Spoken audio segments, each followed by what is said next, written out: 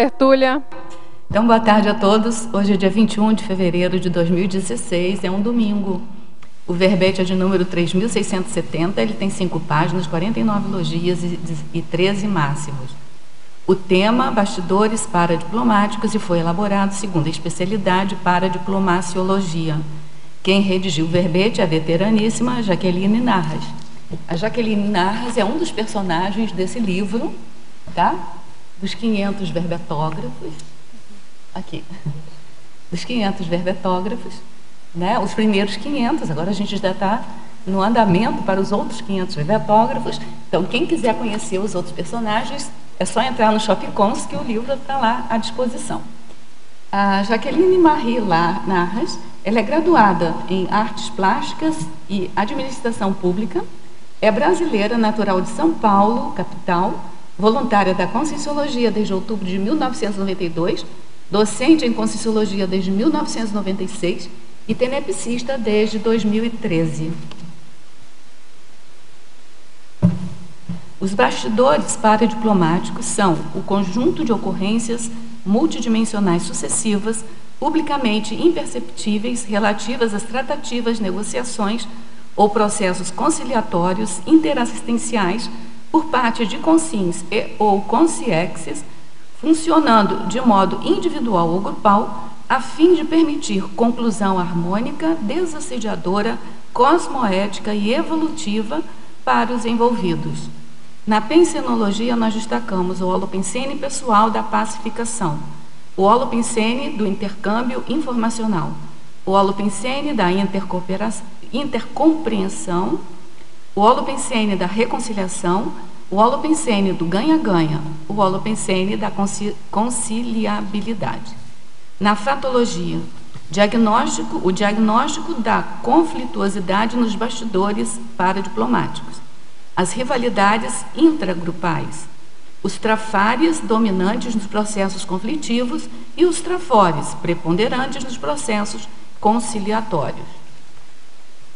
A glasnost nos trabalhos de paradiplomacia, a liberdade consciencial de escolha, a importância da vontade do líder do grupo, a responsabilidade dos líderes, os bastidores reconciliatórios na escrita de livros, os conceitos diferentes para cada situação, o estudo das causas e consequências dos conflitos, as etapas sucessivas das negociações, o consenso, a análise paradiplomática pós-reunião, potencializando os aprendizados da paradiplomacia. Na parafatologia, as reuniões multidimensionais de entendimento, o desassédio basal, os ajustes temáticos multidimensionais, a anterioridade dos parafatos, o entrosamento com a equipe de amparadores técnicos, a ficha evolutiva grupal.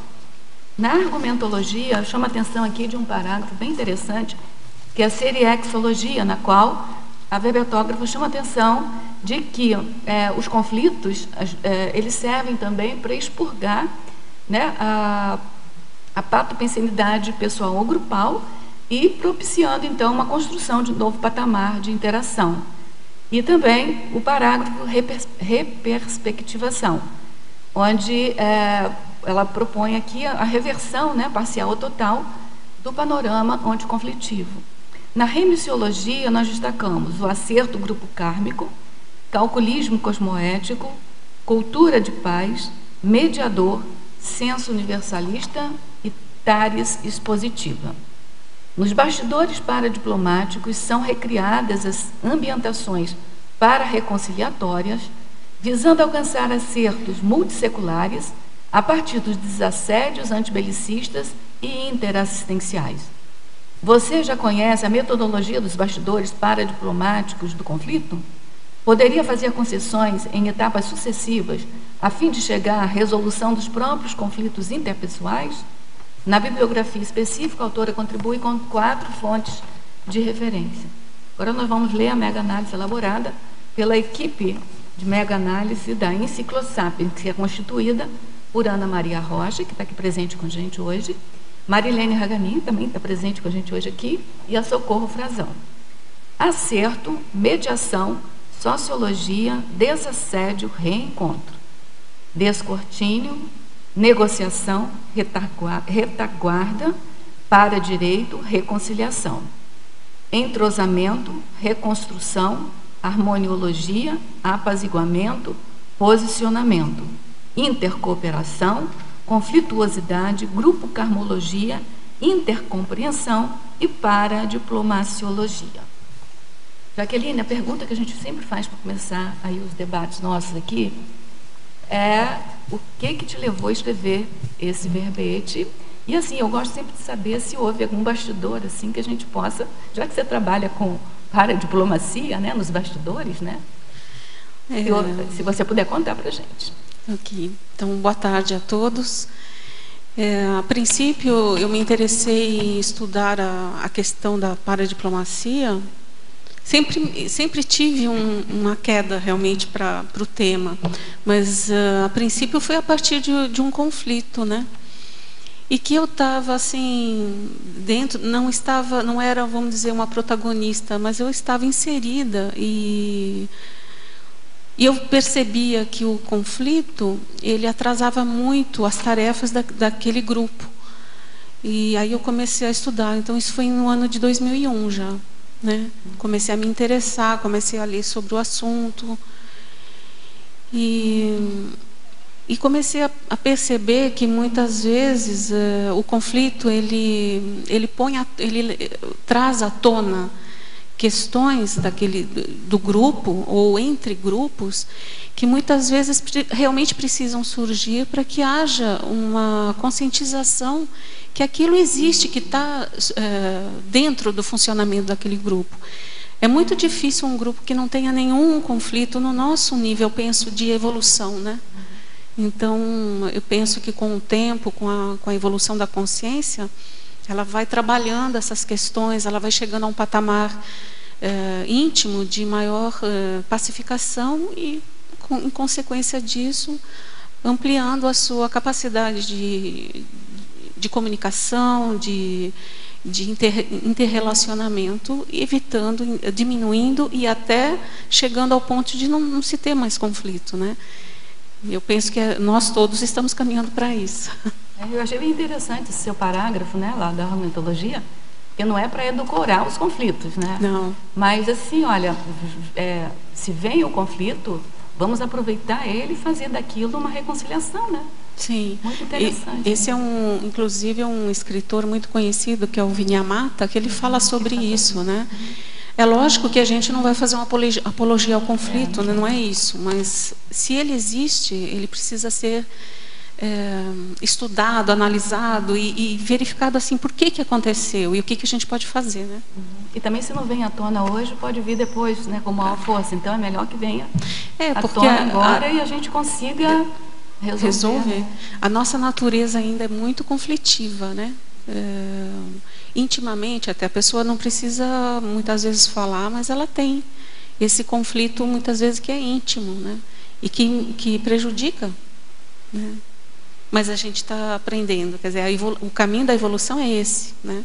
Vamos aprendendo com os nossos erros e os nossos acertos. Bom, agora a gente vai começar aqui com as perguntas dos teletertulianos, e a hora que vocês quiserem fazer pergunta, tá? Fiquem à vontade. A verbetógrafa Jaqueline, na Estrangeirismologia, página 11, primeira linha. Como funciona o en princípio? É assim que fala, Jaqueline? En princípio. En princípio. Do paradiplomata. O que é o ius ad bellum no Brasil que tudo tem que ser por escrito, carimbado e até reconhecido em cartório? Funciona realmente bem o non-paper da comunicação? Então vamos lá. O en princípio, geralmente, né, a paradiplomacia, ela tem algumas ferramentas, né? E muitas vezes o paradiplomata, eu vou colocar assim, já que levando em consideração que todo conflito é multidimensional, ele tem muitas vezes que lidar com a questão da comunicação verbal, e muitas vezes ele tem que colocar algumas coisas mais esclarecedoras ou mais de fundo tarístico quando ele fala. Então, em princípio, ele tem que lidar com a colocação das suas observações, né? Nesse sentido, quando ele fala em princípio, ele está procurando algo ali mais adequado para ser falado naquele momento. E buscando sempre a questão dos princípios, da maneira como as pessoas funcionam, né? Uhum. E agora é o que é? O jus ad bellum. O jus ad bellum é o direito à guerra. Isso existe. Quer dizer, infelizmente, né, no planeta existe o direito à guerra. As nações, elas têm o direito de se defender. Então, até isso faz parte, né, do nosso planeta. Quer dizer, poderíamos chegar num ponto que não houvesse mais, né? Não fosse necessário, mas é a questão que as pessoas têm o direito de se defender e as nações têm o direito de se defender para manter a sua cultura, enfim, a sua nação, né? Esse é o direito à guerra. E aí tem a outra pergunta. No Brasil, que tudo tem que ser por escrito, carimbado e até reconhecido em cartório, funciona realmente bem o non-paper da comunicação? Oficialmente não funciona, vamos dizer assim. Mas no caso do conflito, e para o paradiplomata, tudo que ele tiver em mãos para ajudar, inclusive informações que não são oficiais, mas que ele sabe ou que ele tem conhecimento, isso ajuda, com né? uma intenção cosmoética positiva vai ajudar. Então, dentro das negociações da paradiplomacia, uma das etapas mais importantes é a preparação da negociação. E nisso existe uma coisa muito séria, que é a questão da organização, a questão de você ter em mãos todo o histórico daquele conflito, inclusive o que não é oficial. Isso aí, porque muitas vezes as informações mais importantes não estão em papel escrito. Não estão no papel, né? Para ele, na questão de resolver aquele conflito, né? Na fatologia, página 11, primeira linha, sendo conscientes, como podemos ter o diagnóstico da conflituosidade nos bastidores paradiplomáticos, podendo assim assistir melhor?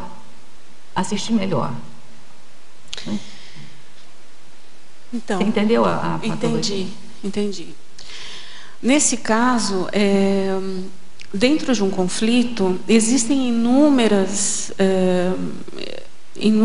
fatores que interferem. O conflito, geralmente, ele é um sistema. Quer dizer, existem várias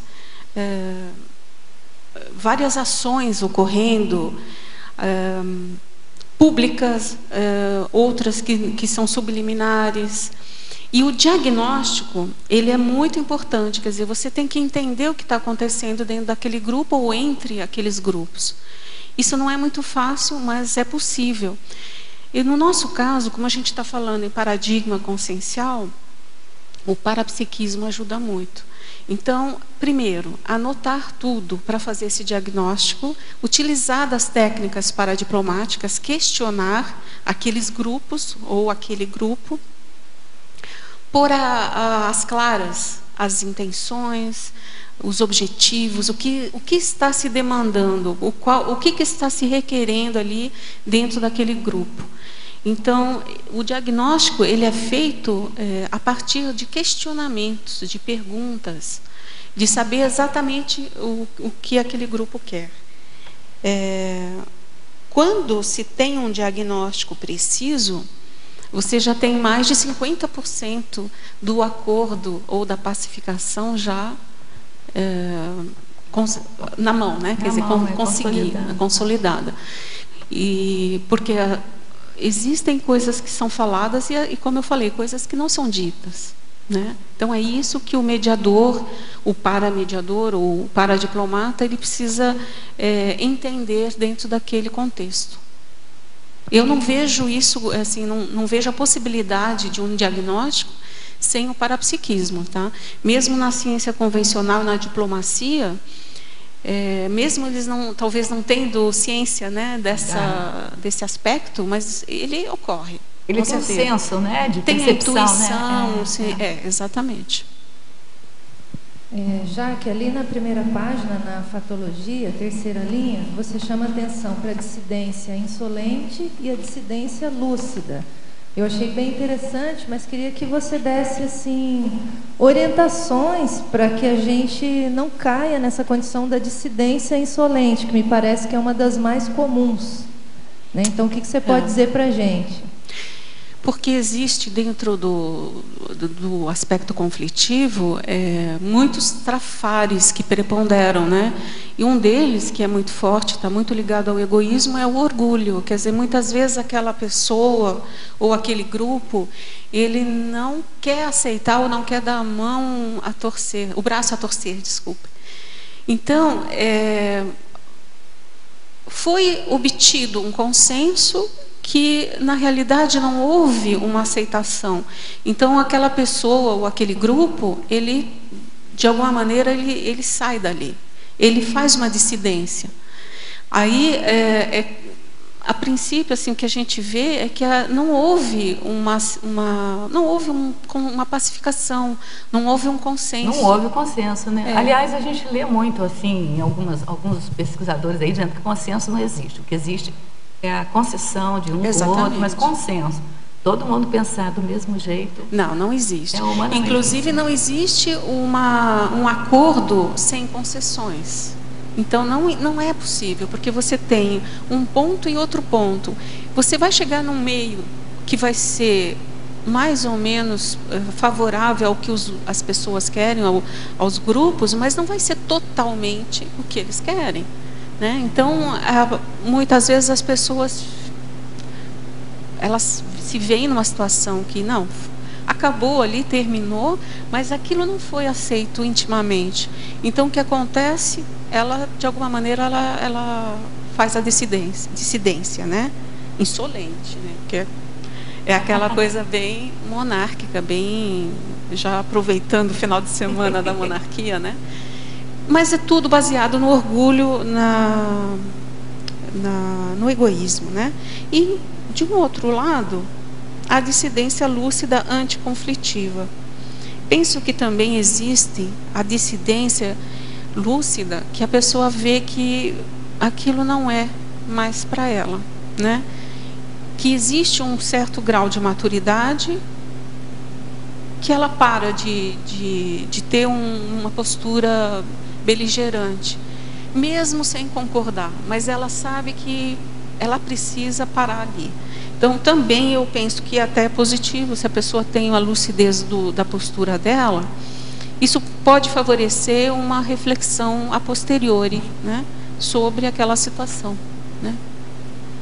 Ô Jaque, eu queria que você aproveitasse, então, já que você tocou no tema da monarquia, porque às vezes a pessoa sabe do seu passado na monarquia e acha, não, já passou, agora eu estou na outra vida, bola para frente. Mas aí você colocou um princípio que me chamou a atenção, né, na principiologia, na terceira linha, o princípio da obrigação de reparar o dano. Aí o que você pensou aí com relação a esse princípio? Bom, nós sabemos que as leis holocármicas, elas nos colocam sempre novamente na mesma situação. E muitas vezes com as mesmas consciências, né? Então, com o passar do tempo, pelo que nós estudamos, inclusive até na consecutivos, né? Você acaba tendo que rever situações em que você vai ter que fazer a recomposição daquele grupo, né? Então, o que você fez no passado e você prejudicou, você, sem drama, você vai se ver novamente naquela situação, né? Então, reparação do dano, quer dizer, muitas vezes você nem sabe o que você precisa fazer, mas você quer fazer. Algumas vezes eu já tive a ocasião de ver uma pessoa, um caso específico, que a pessoa tinha tido uma vida lá atrás, que ela tinha negado um alimento, vamos supor, né? E na vida atual, ela reencontrou com aquela pessoa e ela vivia oferecendo comida. Então era uma coisa muito deslocada, mas era uma necessidade íntima dela. Então a gente precisa prestar atenção nessas situações. A necessidade de reparar o dano, ela está intrínseca à energia daquela pessoa. O holokarma é energia.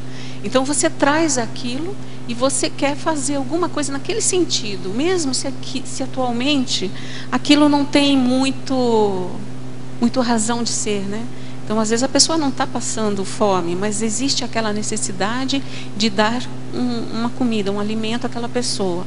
Isso foi muito interessante, foi uma situação que eu vi de perto e achei bem interessante como existe essa necessidade de reparar o dano. Isso, lógico, numa situação pessoal, mas também numa situação grupal, né? Já que eu queria fazer só mais uma pergunta, aí na fatologia, na página 12, na 5ª linha, você fala aí dos bastidores reconciliatórios da escrita de livros. O que você pensou? Ah, sim. E esse tema é muito interessante. Isso eu posso assim ver pela minha própria situação, né? Quando eu comecei a escrever um livro, o livro falava sobre o Émile Littré. Aí esse livro ainda não saiu, deve sair, né? Ainda não saiu. Mas o interessante é que eu tinha aquela intuição, meio sugestão de amparador, que eu não podia esquecer ninguém. Eu tinha que incluir todo mundo dentro daquele livro. E isso, a princípio, eu não imaginava que poderia ser, né? Quer dizer, mas hoje, pensando bem, eu vejo que isso pode ter alguma ligação com algum ato de reparar o dano do passado, né? No caso, no meu caso, de incluir as pessoas, de colocar ali, de fazer um resgate grupal, né? Porque foram muitas pessoas e todos eles tinham a sua importância. Então, acho assim que o livro, além de você fazer o livro com um público-alvo, que é o seu público de assistência, você também tem nos bastidores do livro, enquanto você está escrevendo, existe aquela reconciliação. Porque se é um livro de paradiplomacia, por exemplo, o que vai ser posto à prova? A minha capacidade de pacificação, a minha capacidade de conciliação, de comunicação. E isso, quer dizer, provavelmente os próprios companheiros do passado vêm fazer a sua cobrança, né? Então já é um processo paradiplomático. E você talvez não perceba todo o contexto, porque nós somos limitados em nossa lucidez, né? Cada um tem restringidos, né? E nós não temos aquela visão de conjunto de todas as nossas vidas, né? A gente está procurando. Por enquanto. É isso mesmo. Consecutivos vai dar um jeito na gente, não vai? Obrigada, gente. Aliás, eu queria que você falasse rapidamente, para quem está ouvindo a gente, que não conhece ainda muito o que é a Consecutivos. Você falou os estudos e os trabalhos lá, as pesquisas da Consecutivos. Você pode falar rapidamente, que a gente tem um monte de perguntas. Então, a Consecutivos, ela foi criada até recentemente, ela vai ter teve já 1 ano apenas de criação, mas ela tem como objetivo otimizar e potencializar as pesquisas seriexológicas, desculpe, e holobiográficas. Isso quer dizer que ela estuda as vidas passadas, as vidas pretéritas da consciência, sob enfoque científico, e também a questão da personalidade consecutiva, né, que são as vidas que nós já tivemos e que a gente consegue identificar hoje, né? Então, é um estudo, nós estamos assim desenvolvendo a especialidade. Isso é muito positivo do ponto de vista paradiplomático, porque nesses estudos, nessas pesquisas, né, a pesquisa seriexológica, ela é uma pesquisa multidimensional, é um laboratório vivo ali, né? Então você vai ali estudar a consciência no passado, você faz toda aquela evocação daquele grupo, vem toda a informação e como se lida com aquilo, né? Então, com muita pacificação. A princípio a gente aprende técnicas, como estudar de maneira que você considere aquele contexto desdramatizado, né? Sem emoções, de uma maneira bem racional e lúcida. Boa tarde. Gostaria de perguntar, na página 11, Fatologia, a quarta linha, que você coloca quarta e quinta, as dificuldades e os mal-entendidos da comunicação consciencial, fazendo um link com o último item da mesma página, a inserção ou exclusão de grupos conscienciocêntricos da Comunidade Cosmoética Conscienciológica Internacional, CCCI. Jaqueline, essa pergunta era a pergunta do Tertuliano. Acho que está.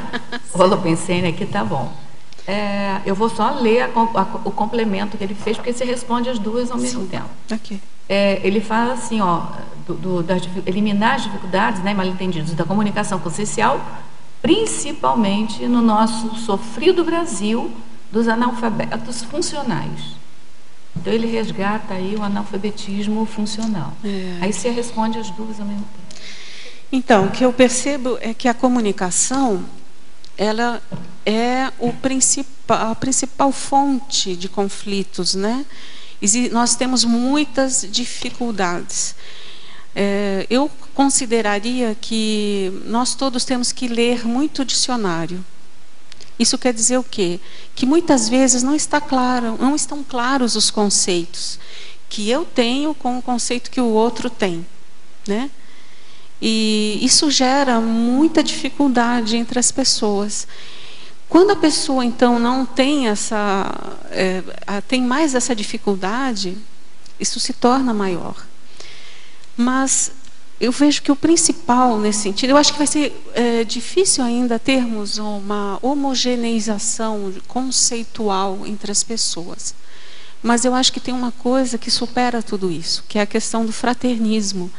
Então, você querer compreender o outro. Eu vejo que nós ouvimos muito pouco e nós interpretamos muito do jeito que nós queremos interpretar.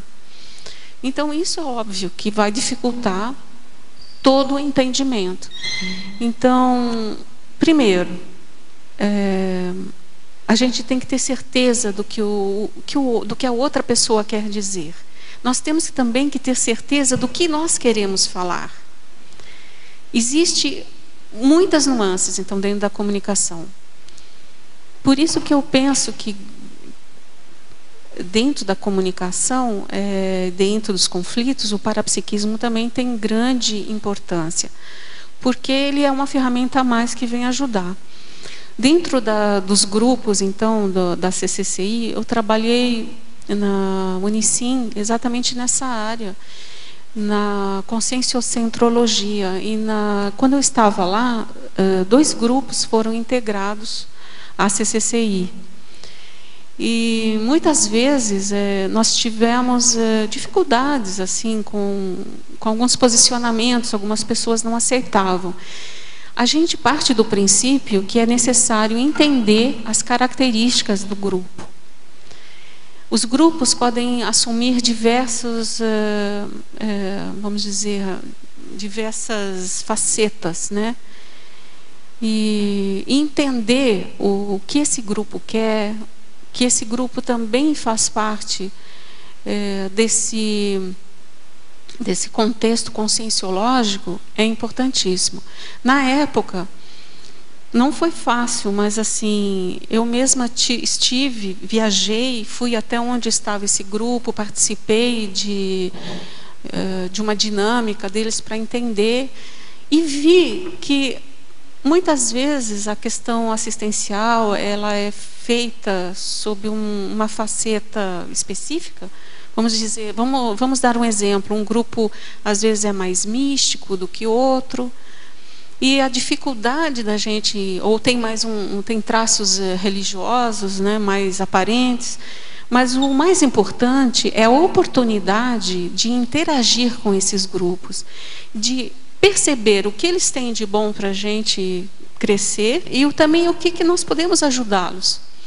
Então, a comunicação, a gente não pode usar como para taxar as pessoas, para julgar, mas nós temos que ir além disso. Além das dificuldades conceituais, entender realmente o que é aquele grupo. Eu não considero isso uma tarefa muito fácil. Como eu já disse, a comunicação vamos dizer assim, ela tem um grande peso dentro do conflito, né? A verbetógrafa Jaqueline, Principiologia, página 12. O princípio da não agressão ele quer que você faça um paralelo com a principiologia do verbete convivência nociva, onde o professor Valdo coloca o princípio da desvinculação imediata após agressão física. Então é um contraponto, né? É o princípio da não agressão que você está colocando versus o princípio da desvinculação imediata após ou pós-agressão física. Como é que você vê isso na paradiplomacia? A paradiplomacia, o fator preponderante é o diálogo, né? E isso, a todo momento, a paradiplomacia ela vai colocar as suas bases, as suas condutas em cima do diálogo. Quando ocorre a agressão, já se passou dessa fase do diálogo. Passou do limite, né? Passou do limite. Então, realmente, é aí que a pessoa tem que pensar nessa questão da desvinculação que o professor Valdo fala. Né? Exatamente. Porque o que acontece? Já foi ultrapassado aquele limite. E muitas vezes é difícil, tem que ter um tempo, talvez para retomar algum diálogo, se for possível, mas assim, a agressão, ela já acabou com a paradiplomacia. Né? Ela já finalizou. Naquele momento, realmente, o melhor é a desvincularização. É porque, assim, a gente não pode esquecer da inseparabilidade grupo-kármica, né? Sim. Então, quando ele fala desvinculação, não quer dizer que você vai perder aquela pessoa para sempre. Não. Você vai, como você falou, afastar daquele momento para esperar um momento mais propício. Porque se ficar pode piorar. Assim, na verdade, se você ficar no meio de uma agressão, você está incentivando aquela agressão. Exatamente. Você está se comprometendo karmicamente, né? E tem você não pode fazer isso. Não pode. Não pode. A agressão, ela já passou de todos os limites. Mas olha só, quando você se afasta, você consegue ajudar ainda mais com as energias, né? Com os pensenes positivos, porque assim, as pessoas elas têm imaturidades, elas têm trafares, elas têm sofrimento, exatamente porque elas não conhecem, não sabem que elas podem passar de patamar, entendeu? Mas, Jaqueline, você não acha que tem algumas pessoas que naquele momento não tem como ajudar aquela pessoa? Com certeza. Eu acho que esse tempo não é bom só para quem está sendo agredido, é bom para aquele agressor cair saturar daquele momento de agressão, né? Exatamente. Porque, afinal de contas, os assediadores, eles se saturam daquele ambiente pesado, de insanidade, e aí ele se abre para uma renovação. Exatamente. Então, e há muitas vidas em que, às vezes, uma consciência ela vai ressomar dentro de um grupo, para ajudar com as energias. Às vezes até a dessoma dela é rápida, mas só a energia dela vai ajudar aquele grupo. Aquele grupo é tão patológico que só aquele contato mínimo, quer dizer, estar perto ou estar longe, não altera em nada. Na realidade, a energia, ela ultrapassa tempo, espaço, tudo. Então, se você quer ajudar, você está predisposto a ajudar, que seja de longe, não tem problema nenhum. Pelo contrário, até é mais positivo. Na exemplologia, página 14, primeira linha, poderia exemplificar os bastidores paradiplomáticos primários? Sim, eu considero que nos bastidores, os bastidores paradiplomáticos, eles podem ser poucas reuniões ou até mais de 100. Existem conflitos aí que foi necessário mais de 150 reuniões de diplomacia, né? Então, o problema é não pensar que isso é um fracasso, mas sim que é um caminho, uma evolução, uma construção. No caso de bastidores no início, básicos, né? Primários. Desculpa.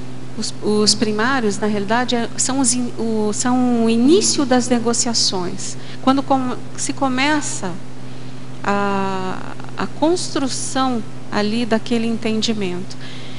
Eu falo construção porque a origem da palavra bastidores, bastidor, vem de construir, vem de bâtir, do francês bâtir, bâtir. É construir, é tecer. E assim, isso às vezes pode levar muito tempo. O início, então, é onde haverá o diagnóstico daquele conflito, né? Preponderantemente, onde você vai conhecer o que está acontecendo. Jaqueline, queria perguntar na frase enfática, na página 15, você coloca, nos bastidores para diplomáticos são recriadas as ambientações para-reconciliatórias. Queria que você abordasse um pouco mais a questão desses ambientes ou dessas ambientações. Como é que você vê essas características? O que poderia predispor essas para-reconciliações? Bom, a gente parte do princípio que os conflitos, eles são sempre uma expressão patológica dos grupos, né? É uma patologia. Quando essas ambientações para-reconciliatórias ocorrem, que é aquela ambientação, aquela otimização do diálogo, de cada um se expor de maneira sincera, com glasnost, né, com transparência, expondo realmente o porquê se sentiu lesado, o que quer dentro, o que está querendo, o que está solicitando ali naquele conflito, você já começa a criar um ambiente para-reconciliatório. A princípio, eu diria que ele também é paraterapêutico, porque as pessoas vão colocar ali as dificuldades, né? O que está sendo difícil, pelo que elas estão lutando, né? E para-reconciliatória, porque tem que existir um clima de acolhimento. A pessoa ela tem que se sentir tranquila para falar, tranquila para se expor, né? Dizer onde dói, dizer o que está incomodando. Então, o paradiplomata, ele tem essa função meio de acolhimento, principalmente numa postura neutra. Neutra no sentido que, assim, eu não vou pender para nenhum lado. Eu quero que os dois se coloquem. Por isso que é para-reconciliatório.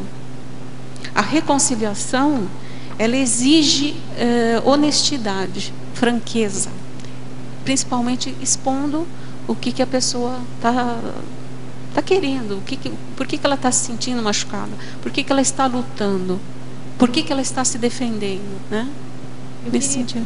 Só complementando, quer dizer, complementando não, pegando nesse gancho, me veio quando eu li aqui paradiplomático, porque na verdade a paradiplomacia ela fala de conflito, não é? Ou de resolver conflitos. Como é que você vê, por exemplo, esses bastidores paradiplomáticos intraconscienciais? A gente resolver os nossos próprios conflitos. Você já pensou nisso? É o principal, né? Como é que seriam essas técnicas? Porque você falou da conversa, né, da interlocução. Será uma interlocução interna? Onde existia, como é que a gente faria, né, essa diplomacia interna com os nossos próprios conflitos, né? Olha, principalmente, eu acho que o principal nesse sentido, quando você fala de você, é você se conhecer. Você saber exatamente quais são os seus trafores e trafares. Por quê? Geralmente o conflito, ele vai surgir fundamentado em algum trafar. Tem algum trafar ali, certo? É o trafar que alimenta o conflito. E assédio também. E o assédio. Mas o assédio também, ele se afiniza com o trafar, né? Então, principalmente, o que a gente busca é se autoconhecer, para você saber, mas aonde que aquele conflito está tendo tanta facilidade de se desenvolver? E, ao mesmo tempo que se desenvolve dentro de mim, também ele se expande da minha pessoa, né? Ele passa, quer dizer, o meu holopensene vai mostrar isso facilmente. Eu acho que não é ruim a gente ter conflito, não, íntimo. É bom que a gente observe por que isso está pegando. Eu acho que tem 2 níveis de conflitos íntimos, né? Aqueles que são a maior, que são os conflitos que vão levar você para algo maior, né? Que é você só cresce a partir de um desequilíbrio inicial, né? Aí você vai atrás para uma dissonância cognitiva, vai forçar você a estudar, a compreender isso que você está falando. E tem aqueles conflitos que são mortificadores, aqueles que não deixam você sair do lugar. Esses a gente tem que arranjar um jeito de resolver. Você quer ver um exemplo? Eu vou dar um exemplo meu. Eu já falei sobre isso. Eu sou uma pessoa tímida, mas eu era uma pessoa muito tímida. Eu falava com as pessoas e isso me dava dor física. Vocês sabem o que isso quer dizer? E o que eu comecei a fazer? Eu não posso ficar nessa situação. Eu tenho que forçar. Eu comecei a ter uma situação, e era um conflito para mim, lógico. Mas eu comecei a ter uma situação de enfrentamento. Então eu entrava no elevador, eu conversava com um desconhecido, uma desconhecida, e eu comecei a fazer isso recorrentemente. Fazer, e aquilo era difícil. Muitas vezes aquilo retrocedia, sabe? Mas vamos em frente. Comecei a dar aula de conscienciologia. Aquilo para mim era um super desafio, mas vamos lá. Eu não posso dizer que isso sumiu completamente do meu jeito de ser, né?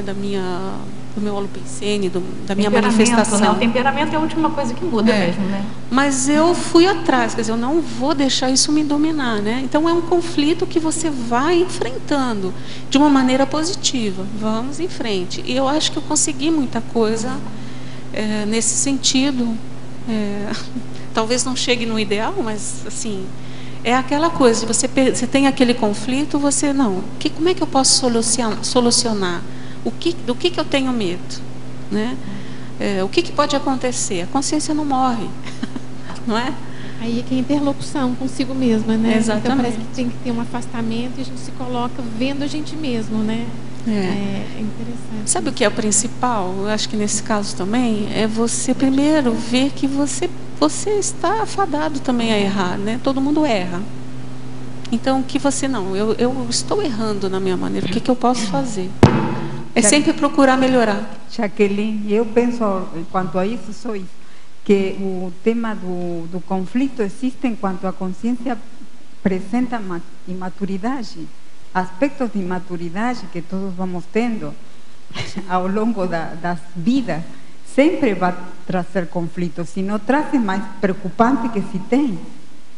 É uma opinião, né? Não sei se você coincide. O conflito está fundamentado no parte medo. da imaturidade. É só a gente perceber que essa imaturidade nem sempre dá conflito mortificador. A imaturidade dá conflito a mais. Eu acho que isso é importante a gente perceber. Existem níveis também de conflito. Gente, olha, a gente vai, depois do João Paulo, a gente vai dar andamento um pouco aqui, que a gente está muito cheio de perguntas de teletertuliano, tá? Vamos lá.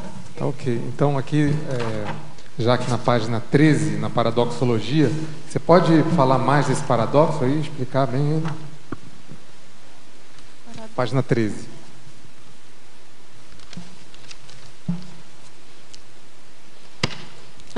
Sim. Isso aqui para mim dentro da paradiplomacia eu considero um paradoxo, o princípio da reciprocidade. Então a gente sabe, vou dar um exemplo aqui da questão dos vistos que se pedem num país e você é obrigado a ir fazer todos os trâmites legais, tal. E o outro país também faz impõe a mesma política. E dentro da diplomacia tem essa questão da reciprocidade muito, muito séria, né? Quer dizer, você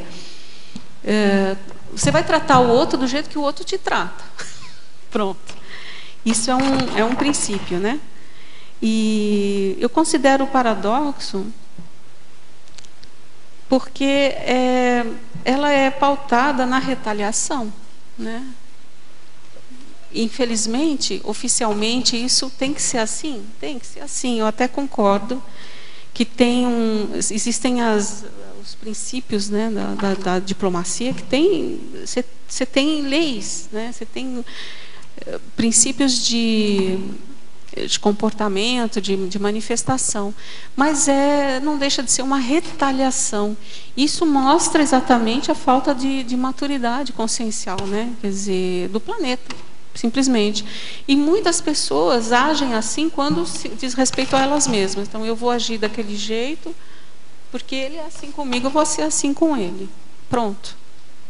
Né? Então, eu consigo, o paradoxo de um lado, é que assim, nós somos consciências, somos todos, de uma certa maneira, estamos sujeitos às mesmas leis, né?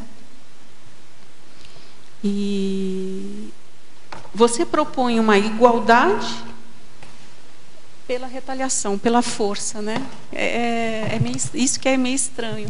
Principalmente que, vamos supor, entre dois países, por exemplo, você tem um país com um monte de recurso e um país sem recurso, com um país com a população passando fome, por exemplo. Não dá para ter igualdade de tratamento, ou você compreender, aquele país da África miserável não está ajudando a Suécia. Não tem, né, não tem lógica isso, né? Assim, né? Ele vai até onde ele pode, até onde ele compreende, até onde dá, né? Mas a população está passando fome ali, independente de qualquer coisa. Aí a população da Suécia não vai ajudar porque eles não ajudam a gente, então não vamos ajudar eles, né? Assim. Por outro lado, quando você tem numa situação de mediação, você tem que dar os mesmos direitos, quer dizer, você tem que dar os mesmos direitos às partes, né, de se manifestar, de falar, entende? Isso é fundamental, né? Jaqueline, o teletertuliano pede para você fazer um cotejo entre aquele parágrafo Seriexologia, da página 14, e a citação do professor Valdo. Você vai encontrar um serenão nas áreas em conflito. Eu tentei procurar aqui essa citação, não sei aonde que ele viu. Qual que é a Seriexologia? Seriexologia, na página 14, onde você diz assim, os reencontros conscienciais podem evidenciar o melhor e o pior dos relacionamentos ainda muito patológicos no planeta Terra. Os conflitos podem constituir a expurgação da patopensenidade pessoal ou grupal, abrindo possibilidades de construção de novo patamar de interação. Ele quer que você faça esse cotejo desse parágrafo com uma citação do professor Valdo, que ele não diz de onde, ele pegou, eu tentei procurar aqui, não achei. Você vai encontrar um serenão nas áreas em conflito. Com certeza, né? O serenão, ele é a consciência que está, vamos dizer, mais à frente evolutivamente, ainda com o corpo físico, ainda saudando assim os últimos resquícios de débitos kármicos, né, que ele tem. E, obviamente, com todo o potencial de serenão que ele tem, ele vai estar aonde é necessário. Eu penso que, assim, tem tudo a ver. Ainda hoje, né, analisando o planeta, vendo que tem tanta guerra, tanta coisa,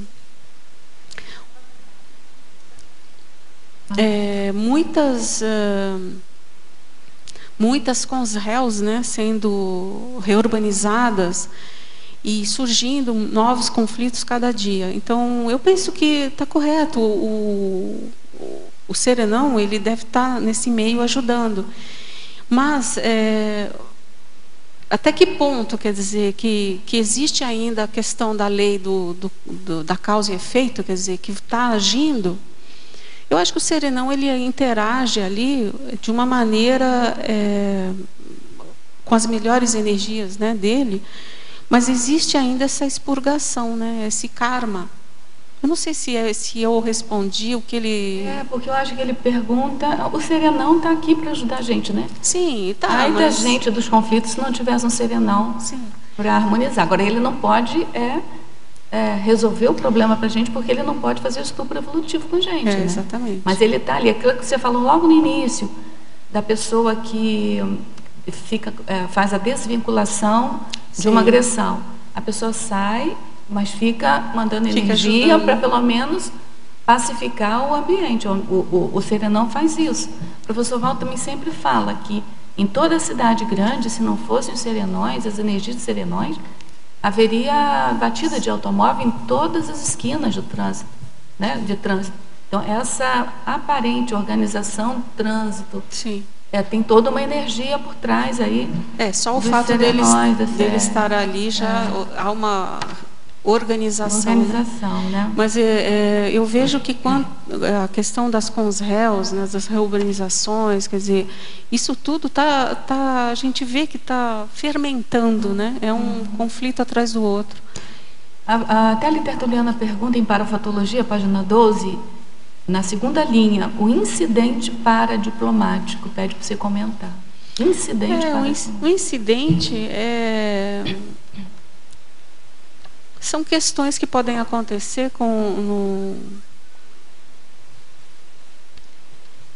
às vezes deixa eu ver se tem algum exemplo. Um incidente é uma bola fora, né? Que é dada assim, às vezes com uma declaração pública. Às vezes a pessoa fala alguma coisa que aquilo vai atingir em cheio algum grupo específico, né? Então, lembra que eu falei dos grupos diferentes, né? Das questões religiosas, as questões, enfim. Quando uma pessoa que tem uma certa notoriedade fala alguma coisa que deslocada, né? Que pode atingir especificamente um grupo, isso é um incidente diplomático. Porque, às vezes, a pessoa até nem quis falar nada específico, mas não pensou muito na hora de falar. Então, isso vai acontecer em um incidente, pode trazer até um conflito, né? Ela também pergunta se você pode aprofundar com exemplos na Enumerologia, página 12, primeira linha, os bastidores das crenças. Então, o que é uma crença? A crença é algo que é uma ideia cronicificada. A pessoa ela fica com aquela ideia e não consegue mudar, não consegue enxergar o outro por um outro ângulo, por um outro viés, né? Então, são crenças que às vezes a pessoa nem sabe mais a origem ou como surgiram, né? Então, quando as crenças elas atuam nos grupos de uma maneira que não permitem um diálogo ou uma interação franca, né? Existem como se fossem estacas, né? naquelas ideias. São ideias cronicificadas. Um exemplo que eu posso dar, deixa eu ver. Um exemplo com relação a um grupo que chega numa comunidade como a Conscienciologia, que chega então com um grupo mais místico, que causa talvez um pouco mais de rechaço às vezes das pessoas, ou um grupo religioso. Isso é uma crença, acaba sendo uma crença que os grupos não podem reciclar, né? Mudar. Não sei se é um bom exemplo, mas o que a gente vê é que os grupos se juntam, no caso aqui da Conscienciologia, para aprender, para passar para um patamar mais científico, fundamentado no paradigma consciencial, mas todos vão trazer os seus trafores, vindo de grupos místicos ou religiosos, enfim. Uhum. Também ela pede para você expandir a perspectivação da página 14, onde você diz assim, o novo posicionamento reciclante das consciências beligerantes acerca do conflito ao substituir as energias belásias pela interassistência polariza-o positivamente para patamar de abertura maior, capaz de reverter parcial ou totalmente o panorama conflitivo. A primeira ação na resolução de um conflito é a abertura para resolver aquele conflito, né? Então, antes, quer dizer, substituindo aquelas energias beligerantes por uma energia de diálogo. Procurar, então, uma nova postura, né? Porque, às vezes, naquela questão de atacar e se defender, a pessoa nem pensa, né? O grupo não pensa. Só está se defendendo ou atacando, né? Mas, tendo uma abertura para o diálogo, ela, poxa, vamos pensar numa outra situação, né? Na citanciologia, poderia expandir o consenso é a negociação da liderança? É a citação da Margaret Thatcher.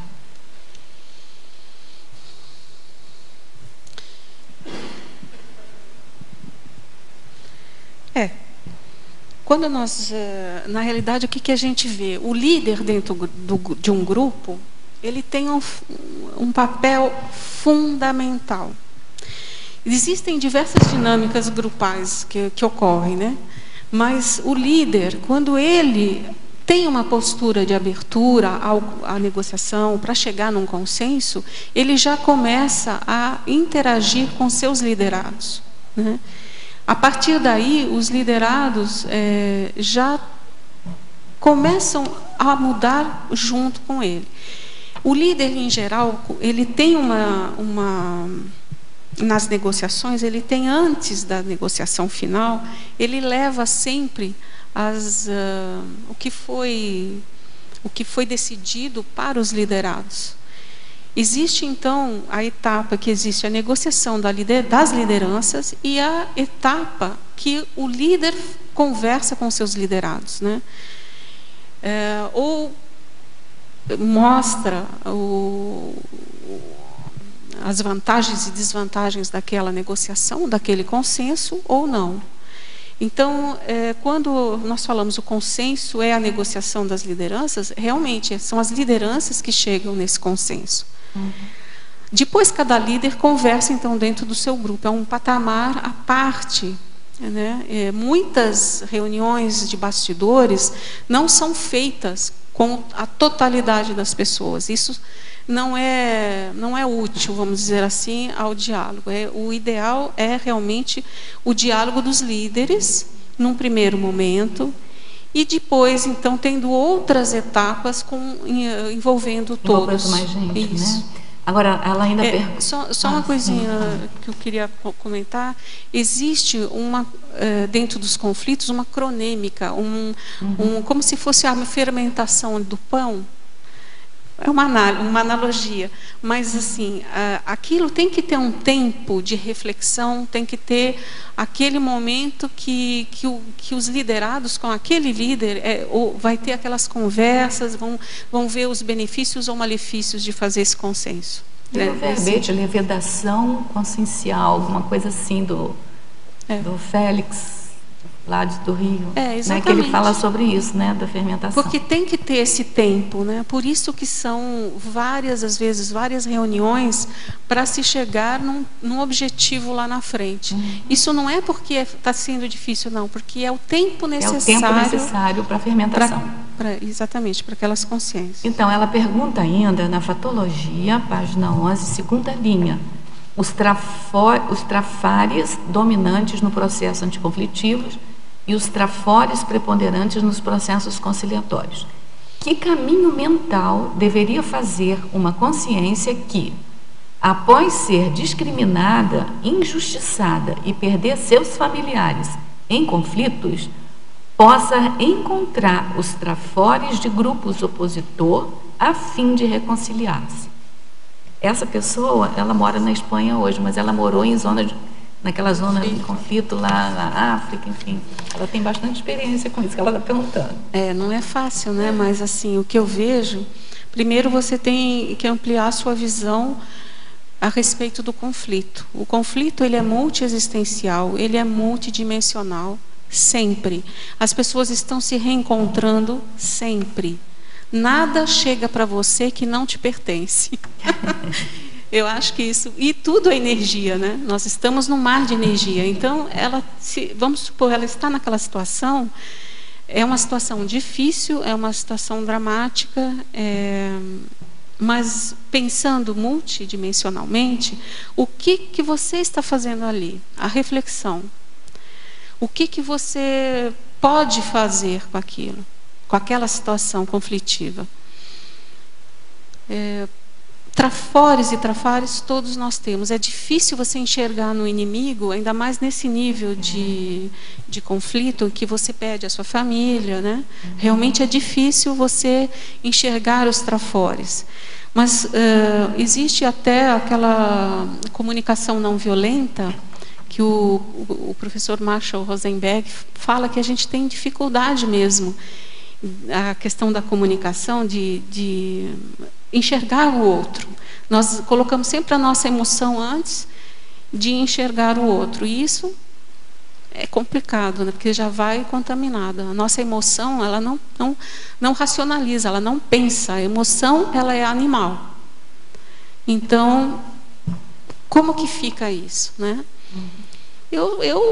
É difícil falar uma receita aqui para ela, mas assim, pensar no que ela passou, o que ela tem a ver com isso, pensar que ninguém perde ninguém, que a consciência não morre, e o que ela pode fazer para ajudar tanto essas pessoas que ela considera inimigo ou inimiga, né, e até as consciências que ela perdeu, né, como que ela pode ajudar nesse contexto.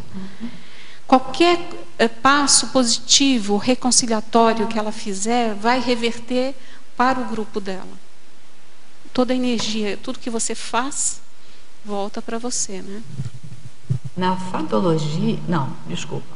Esse aqui é o novo Tertuliano. O novo quer dizer, a nova pergunta. A professora Jaqueline, parabéns pelo verbete.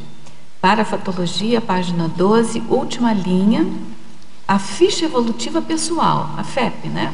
Poderia expandir relacionando com o tema do verbete? Por que você colocou FEP aqui no teu verbete? Porque eu vejo que dentro dessa questão dos bastidores paradiplomáticos, principalmente o papel de mediação, tem a ver com a ficha evolutiva pessoal. Quer dizer, o quanto que aquela consciência, ela já trabalhou em prol da pacificação. E eu acho que isso te dá autoridade, e eu acho que toda pessoa, ela pode construir a sua autoridade dentro da paz. Quer dizer, trabalhar com a questão da pacificação. E nesse sentido eu coloquei a ficha evolutiva pessoal, como também a ficha evolutiva pessoal no caso dos beligerantes, né?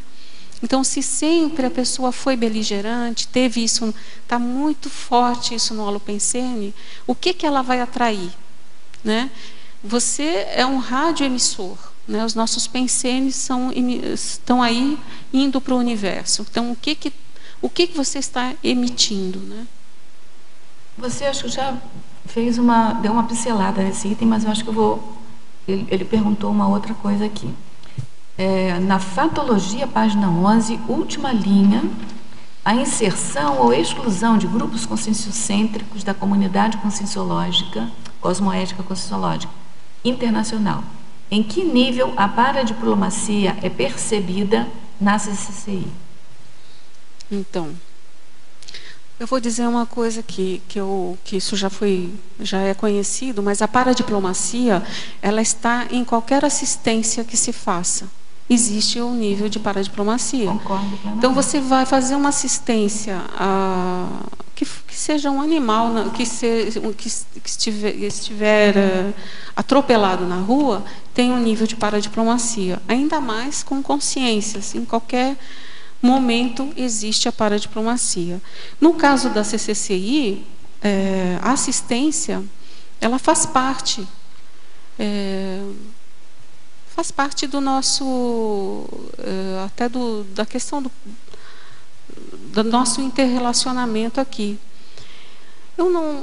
E veja bem, quando eu falo que faz parte, a gente está aprendendo a ser assistenciais. Isso quer dizer que a gente tem vários níveis de assistencialidade. Com relação à exclusão ou não de grupos, existem normas, que estão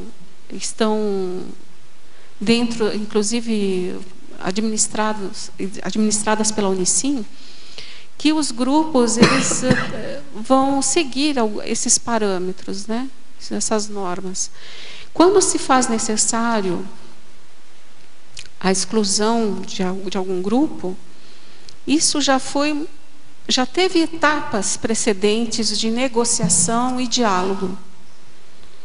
E é a questão até da dissidência, né? Dissidência que a pessoa faz, às vezes, até por orgulho, não, é insolente. Obrigada. Então, o orgulho, ele fala mais alto. Então, às vezes, aquele grupo não quer dar o braço a torcer, não quer rever algumas coisas. Eu não digo que,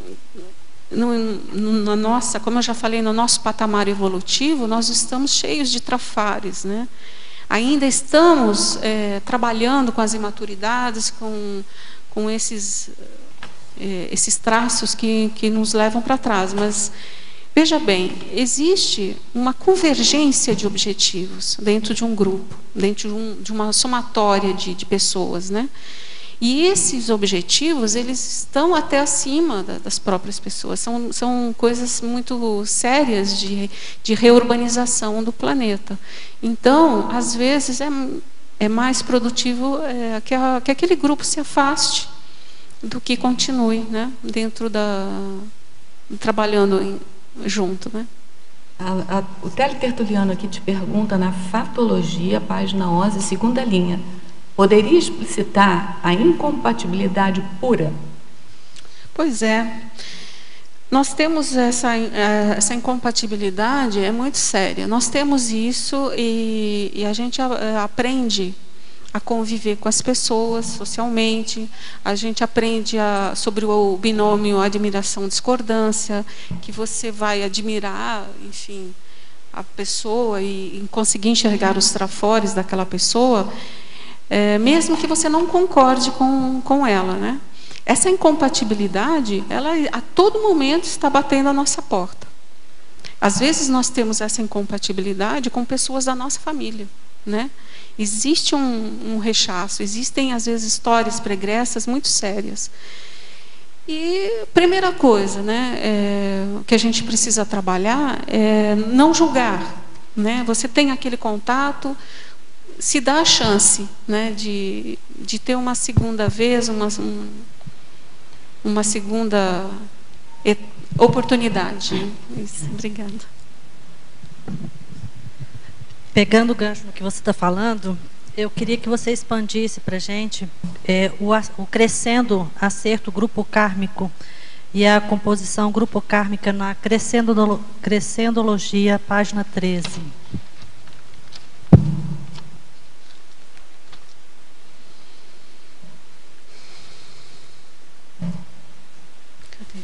Sim. É o acerto grupo kármico, recomposição. Isso.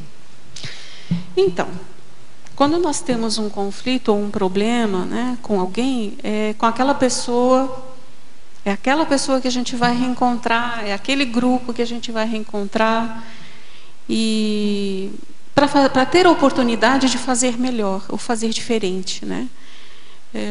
Nesse sentido, as nossas dificuldades, sempre é bom a gente pensar com quem eu tenho dificuldade e o que eu tenho que fazer dessa vez. Porque provavelmente você já encontrou aquela pessoa, você já pisou na bola, ela com você com ela, enfim, já foi muitas vidas, né? Então, quando você tem novamente se apresenta aquele problema, faça diferente, veja, não, vou me despir dos meus pés atrás, eu vou tentar fazer diferente agora. E procurar realmente aí ver para fora do outro, né? Procurar entender que todos nós estamos realmente querendo acertar e que cada um faz o que pode. Tudo bem? Aqui na Crescendologia ainda, na página 13, poderia explicar melhor o crescendo conflituosidade intraconsciencial, conflituosidade interconsciencial?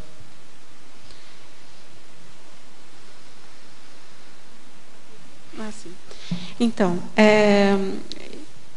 essa questão que nós já até falamos um pouco, né? Que aquela conflituosidade íntima que vai aumentando quando você não reflete sobre aquilo, não pensa sobre aquilo, não busca soluções, ela vai aumentando até extrapolar e se tornar, então, uma conflituosidade interconsciencial.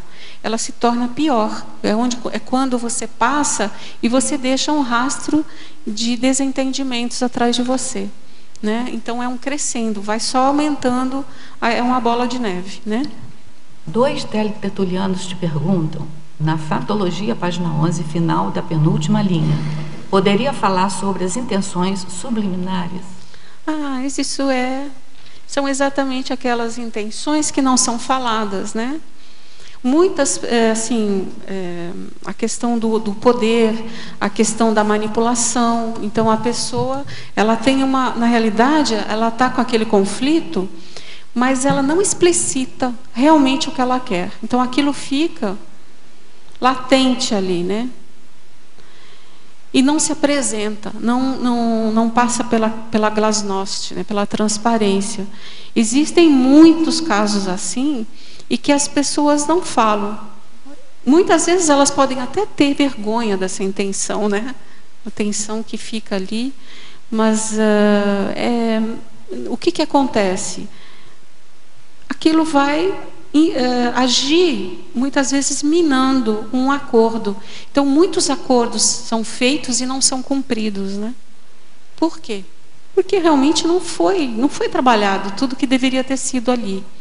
Ou foi um acordo que foi além, quer dizer, além das capacidades de reciclagem, de reconciliação daqueles grupos, ou nem tudo foi falado, né?